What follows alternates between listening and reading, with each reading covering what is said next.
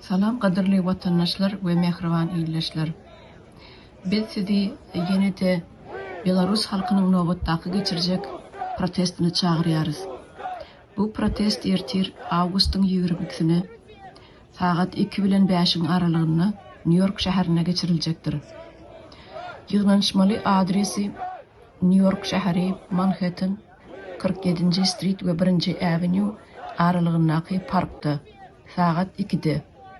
Ähli gelecek adamlar ak iş giyip gelmegini haýyş edýärler we öz ýurdunyň baýdygyny hem alyp gelmegi haýyş edýärler. Gelin türkmen halky bolup şu Belarus halkyny agyr gününi gollalyň, ýardam bereliň we özümiziň raýdaşlygymyzy görkezeliň. Ertir hemmäňizi saat 2'de şol parkda garaşýarys. Hoş sag bolun, ertir görüşürüz.